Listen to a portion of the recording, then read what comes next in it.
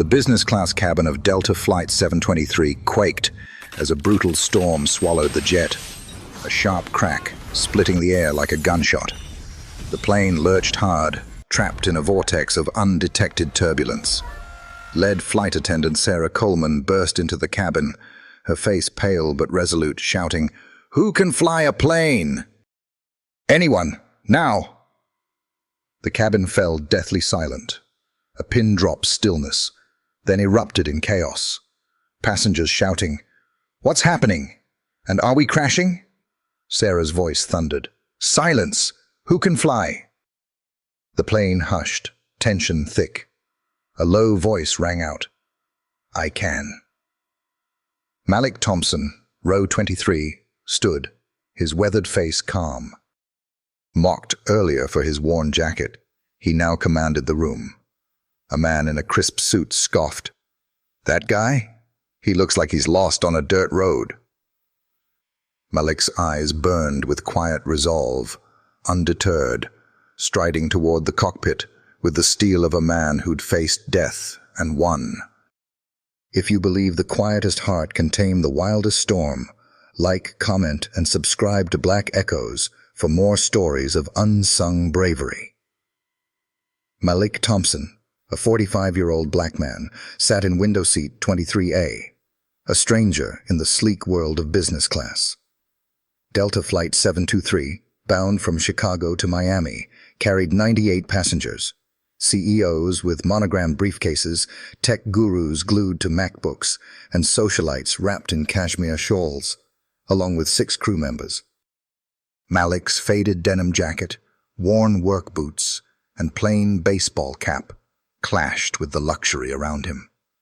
His dark skin and rough hands, scarred from years as a small-town mechanic, drew sharp glances. Whispers crept through the cabin like a chill.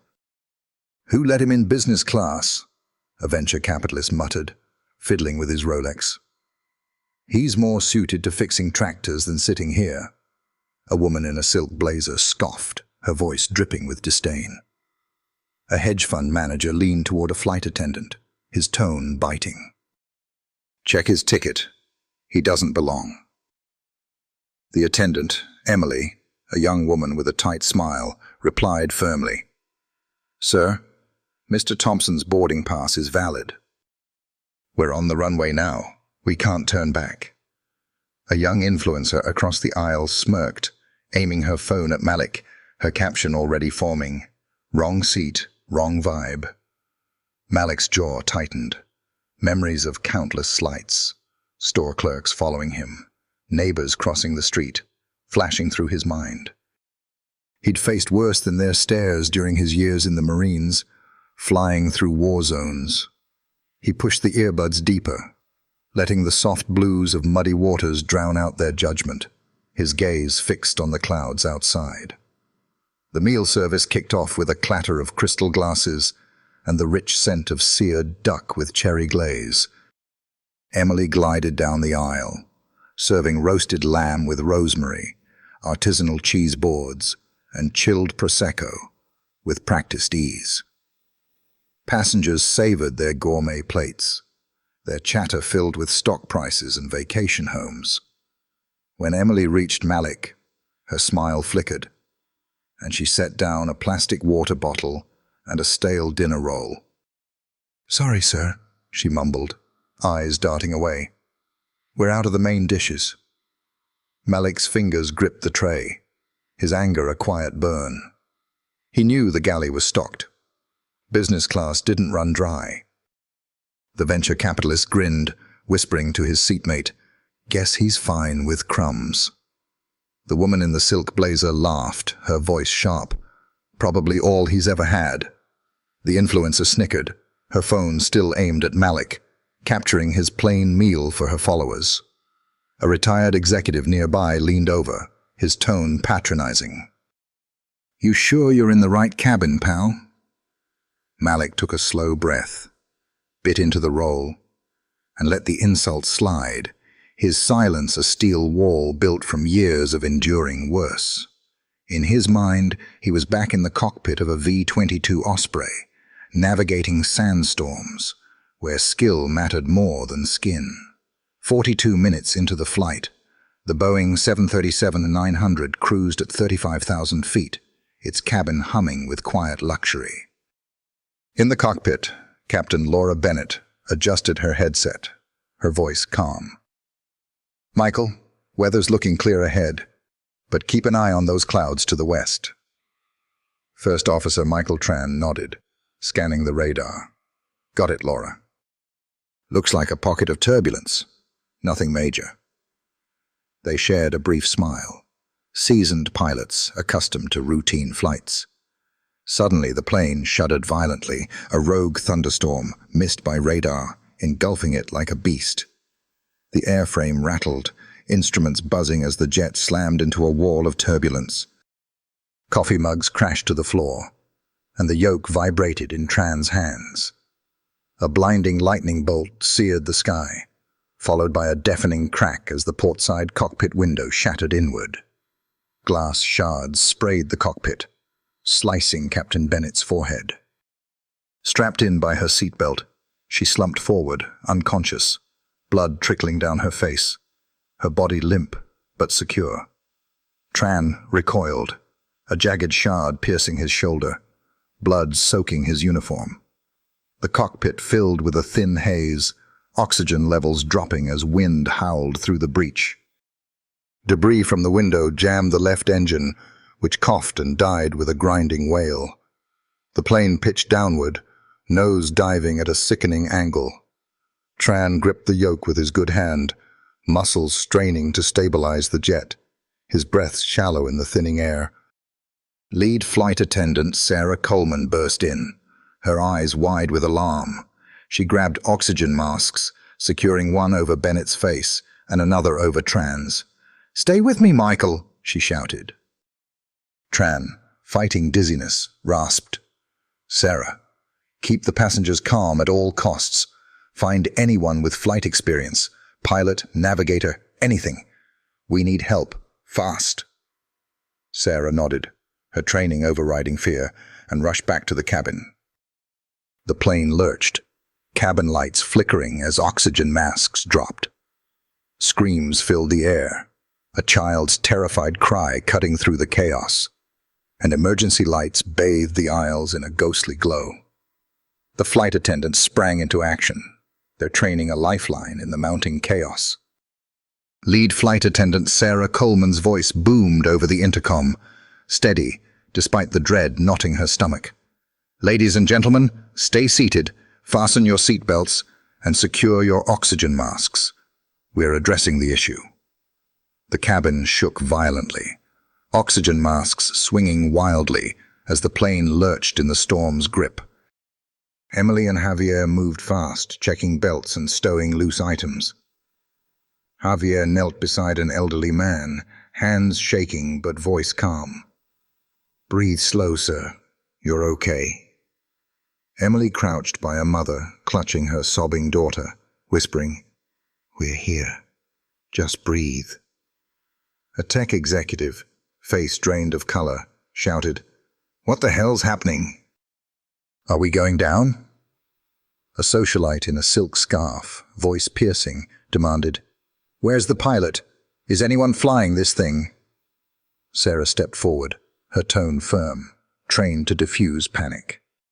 "We're managing a technical issue. Our crew is fully trained. Please stay calm and keep your masks on." Her eyes flickered with tension, betraying the crisis's severity. A young influencer, gripping her phone, stammered, "This is it, isn't it? We're crashing." Emily knelt beside her, voice steady. "We're in control. Trust us." The cabin buzzed with fear, a businessman muttering prayers, his briefcase forgotten. In the cockpit, Tran gripped the yoke with his good hand, face ashen, radioing air traffic control. "Chicago Center, Delta 723, declaring an emergency. Port engine failure, cockpit window breached, captain unconscious, and I'm injured. Autopilot's down. Request vectors for the nearest airport." At Chicago Center, the control room pulsed with frenetic energy. a war room racing against time. Lead controller Maria Alvarez leaned over her console, voice sharp as a blade. Delta 723, nearest airports are Milwaukee, Mitchell, and South Bend. Milwaukee's got longer runways, better weather. Can you land? Tran's voice cracked. Negative, center. I'm one-handed, plane's compromised. Landing's a long shot. Maria's jaw tightened, turning to her team. South Bend's too short for a 737 with damage. Milwaukee's our only play, but with a wounded crew, it's a gamble. A junior controller, sweat beading, suggested, water landing in Lake Michigan? Maria snapped. Storm's got 15-foot waves. Suicide. We need a pilot who can handle this. She barked orders. Pull the passenger manifest now. Scan for anyone with aviation experience. Military, commercial, even flight school dropouts. Move! A controller hammered at a keyboard, pulling up passenger data, eyes scanning for any hint of flight training. Another radioed Milwaukee Mitchell. Clear runway 1L. Full emergency prep. Fire. Medical. Police. Maria grabbed a headset, contacting regional FAA coordinators. We've got a 737 in distress, one engine, cockpit breach. Need immediate airspace clearance and crash team on standby. A third controller reached out to local law enforcement, relaying, Milwaukee PD, secure the airport perimeter, no civilian access. The team cross-checked weather reports, confirming Milwaukee's viability, while Maria ordered, get me the nearest military base. Any aviation experts on call? The room buzzed, phones ringing, screens flashing, as they followed protocol, coordinating with NTSB and airline ops, every second a fight to save the jet. Sarah stepped out of the cockpit, her face composed, but eyes wide with urgency. She addressed the passengers, her voice steady. Everyone, stay calm. Our first officer is managing, but we need anyone with aviation experience, piloting, navigation, anything, to assist in the cockpit. Please, speak up now. The cabin erupted in murmurs. The tech guru shouted, Why do we need to fly? What's happening? The woman in the silk blazer clutched her armrest, voice shaking. Is the pilot okay? Sarah raised her hands, her tone firm. It's to support our first officer for the safest landing. If you have any training, let us know. The hedge fund manager gasped. You're asking us to fly the plane? His face drained of color.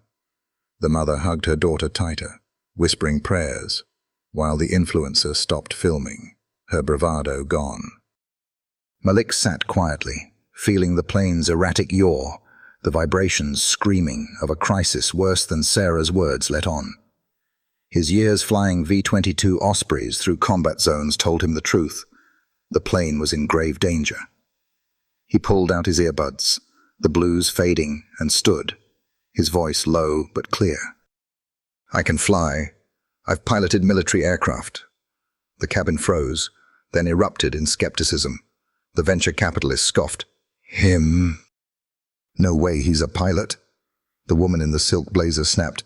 This is insane. Get someone qualified. Malik turned, his eyes burning with quiet fury. You can judge my skin or these clothes all you want, but you don't get to judge my skills or experience. In a crisis like this, your narrow-minded eyes aren't helping. If you can't contribute, keep quiet and stay out of the way. The cabin fell silent, stunned by his command. Malik faced Sarah. Malik Thompson, 45, former Marine Corps aviator, V-22 Osprey. Tail number 166482. Tell control to verify my record with Marine Corps Aviation. He paused, his mind flashing to desert missions, where he'd landed under fire. This was no different, just another storm to conquer. Sarah nodded, her trust instant, and relayed the information to Tran in the cockpit. Tran, barely conscious, radioed Chicago Center, his voice faint. Center. Passenger Malik Thompson claims military aviation experience. Verify. Former Marine Corps, V-22 Osprey, tail number 166482. Maria Alvarez acted fast, contacting Marine Corps aviation liaisons. Minutes later, Colonel Rachel Hayes responded, her voice crisp. Thompson's record is confirmed. Decorated V-22 pilot, crisis response expert, flawless in high-stress sims. You're damn lucky he's on that plane. Maria exhaled, a spark of hope igniting. Delta 723. Thompson's credentials are verified. He's cleared for cockpit access. Proceed with confidence. Sarah returned to Malik, her voice urgent but relieved. Mr. Thompson, you're cleared for the cockpit. As they moved forward, Emily, trembling, whispered to Sarah, "Can we survive this?"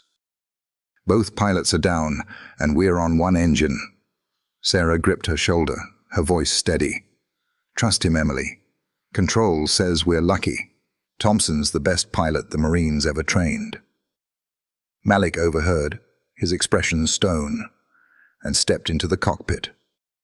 The cockpit was a war zone. Captain Bennett lay slumped, blood pooling on the console.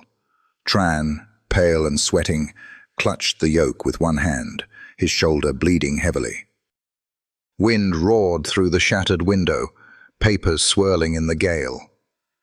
Malik took the captain's seat, strapped on an oxygen mask, and scanned the damage.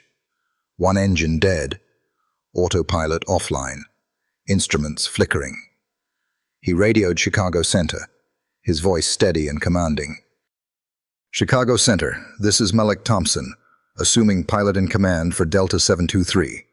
Port engine failure, cockpit breach, captain and first officer incapacitated.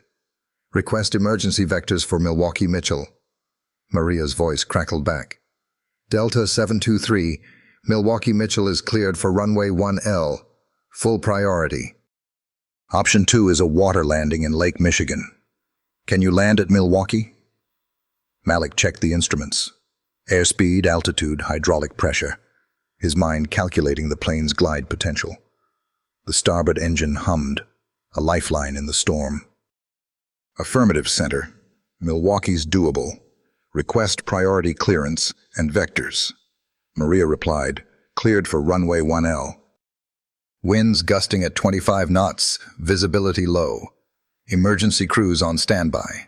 Good luck, Thompson." At Milwaukee Mitchell International Airport, the tarmac buzzed with controlled chaos. Air traffic control barked orders. "Clear all non-essential personnel from the terminal. Set up a safety perimeter around runway 1L. Fire trucks rolled into position, their red lights cutting through the rain. Firefighters checked hoses and foam tanks, their faces set against the storm. Ambulances lined up, paramedics prepping trauma kits and stretchers, their radios crackling with updates. Police vehicles formed a tight cordon, sirens wailing as officers herded airport staff and onlookers to safe zones, their flashlights sweeping the drenched tarmac. In the control tower, tension gripped the team. "He's got one engine and a busted cockpit," a junior controller muttered, eyes locked on the radar. "This is going to be close," another said, adjusting his headset. Lead controller David Chen tracked the 737's descent, his voice steady but urgent. "Delta 723, you're 10 miles out. Maintain heading 015, descend to 3,000 feet. A civilian employee, evacuated from the terminal, peered through a distant window, whispering, "Who's flying that thing?" In the air, Malik's hands moved with surgical precision. The plane bucked against the storm, but he countered each gust, adjusting flaps to maximize lift on the single engine. He climbed slightly, threading through the turbulent skies, his eyes flicking between the altimeter and the horizon. "Michael, hang in there," he said to Tran, who nodded weakly, fighting to stay conscious. Malik's mind drew on years of Great Lakes weather knowledge, recalling patterns from his training missions. He calculated an approach vector, balancing airspeed and altitude to coax the plane toward Milwaukee. The wind howled through the shattered window, but Malik's steady hands kept the jet on course. In the cabin, fear gripped the passengers. The tech guru clutched his armrest, muttering, "Is that guy really flying us?" The woman in the silk blazer hyperventilated, her designer scarf forgotten. The mother rocked her daughter, whispering, "It's okay, baby. We're okay." The venture capitalist, usually smug, closed his eyes, lips moving in silent prayer. Sarah and her team held the line, their training a beacon in the chaos. "Keep your masks on and stay seated," Javier called, securing a loose bag. Emily checked oxygen masks, her face pale but steady. In a hushed moment, Emily leaned toward Sarah, her voice breaking. "Can we make it? The pilots are out and we're on one engine." Sarah's eyes were fierce. "We will." "Thompson's our shot. Control says the Marines call him the best in the sky." The Milwaukee runway emerged through the rain-drenched windscreen, a faint line of lights in the storm. Malik's focus was razor-sharp, his hands gliding over the controls. He adjusted the trim, lowered the landing gear, and tweaked the flaps, treating the 737 like a massive glider. The storm fought him, crosswinds shoving the plane, but he countered with precise inputs, his breathing steady through the oxygen mask. "Chicago Center, Delta 723 on final approach, runway 1L, he radioed, his voice unshaken. David Chen responded, "Winds at 28 knots, crosswind from the west. You're cleared, Thompson. Bring her home." In the control tower, tension was electric. "He's coming in hot with one engine," a controller said, voice tight. Fire crews braced, hoses ready to douse any sparks. Paramedics stood poised, trauma kits open, stretchers lined up. Police swept the perimeter, ensuring no breaches. The storm pounded the tarmac, but the runway lights blazed, guiding Malik's descent. David Chen leaned forward, eyes on the radar. "He's at 500 feet. This is it." A ground crew chief, soaked to the bone, radioed his team. "If he pulls this off, it's a miracle." In the cockpit, Malik's world shrank to the instruments and the runway ahead. The plane bucked, the storm clawing at its frame, but he held the yoke firm, his hands steady from years in combat zones. The altimeter dropped, 500 feet, 300, 100. "Almost there," he murmured to Tran, who managed a faint nod. The runway rushed up, lights blurring in the rain. Malik eased the yoke forward, aligning the nose with the center line. At 120 knots, the main landing gear touched the tarmac, dead center, the impact a soft thud that defied the chaos. The plane rolled smoothly, Malik using aerodynamic braking to slow it, stopping 3/4 down the runway. The cabin erupted in gasps, then stunned silence. Ground crews forced open the doors, and emergency vehicles swarmed the jet. Firefighters sprayed foam on the damaged engine, their movements swift and precise. Paramedics rushed into the cockpit, lifting Captain Bennett and Tran, both unconscious, onto stretchers. Ambulances sped off, sirens cutting through the rain as police guided the evacuation. Sarah's voice rang out, steady and commanding. "Leave all belongings and follow us to the exits. Move quickly, but stay calm." Javier and Emily led passengers down the slides, their training ensuring a swift, orderly exit. Passengers hit the tarmac, rain soaking their designer clothes, and were ushered to a safe zone 500 feet away for medical checks. At the safe zone, paramedics checked passengers for shock and injuries, their flashlights slicing through the drizzle. The passengers, huddled under tarps, watched as Captain Bennett and Tran were loaded into ambulances, their limp forms a stark reminder of the crisis's gravity. The mother held her daughter close, whispering thanks. The venture capitalist stared at the ground, his confidence shattered. Sarah, getting her own vitals checked, faced the group, her voice heavy. "I owe you the truth. Our captain and first officer were incapacitated. The man in row 23, Mr. Thompson, saved every one of us. Without him, we wouldn't be standing here." The crowd fell silent, shame washing over them. The woman in the silk blazer covered her mouth, tears streaming. The tech guru shook his head, muttering, "We were so wrong." The venture capitalist stepped forward, his voice low. "I misjudged him. I'm sorry." The influencer, her phone now forgotten, nodded, her eyes red. "He didn't deserve what we said." Malik was the last to exit, stepping onto the wet tarmac, rain soaking his denim jacket. He walked to the safe zone, boots splashing, his face calm but tired. The passengers and crew stood waiting, their eyes on him. As he neared, they rose, one by one, bowing their heads in a silent apology. The venture capitalist met his gaze, his voice shaky.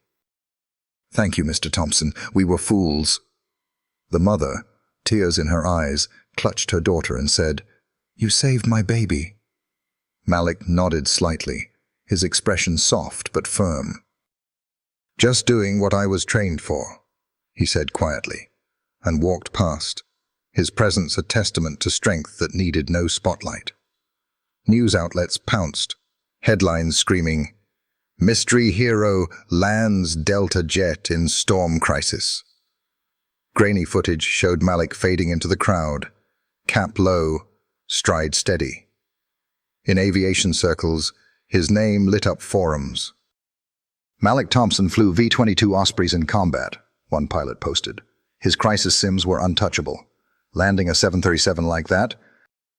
Pure legend." A retired Marine wrote, "Thompson trained our trainers. He didn't just fly. He rewrote crisis response." Days later, Malik found a voicemail from Colonel Rachel Hayes. "Malik, most pilots chase rank. You chase results. No storm can break you. Semper Fi." He returned to his quiet life in Illinois, fixing engines in a small shop, his days simple. But on every flight he took after, row 23 stayed open, a silent nod from the aviation world. Crews greeted him with quiet respect. Gate agents slipped him priority boarding, and controllers offered preferred routes, their voices warm with recognition. The skies taught a lesson. Heroes don't need applause. They prove themselves when lives are on the line, their strength forged in crisis, not in praise. For more stories of hidden heroes rewriting fate, subscribe to Black Echoes.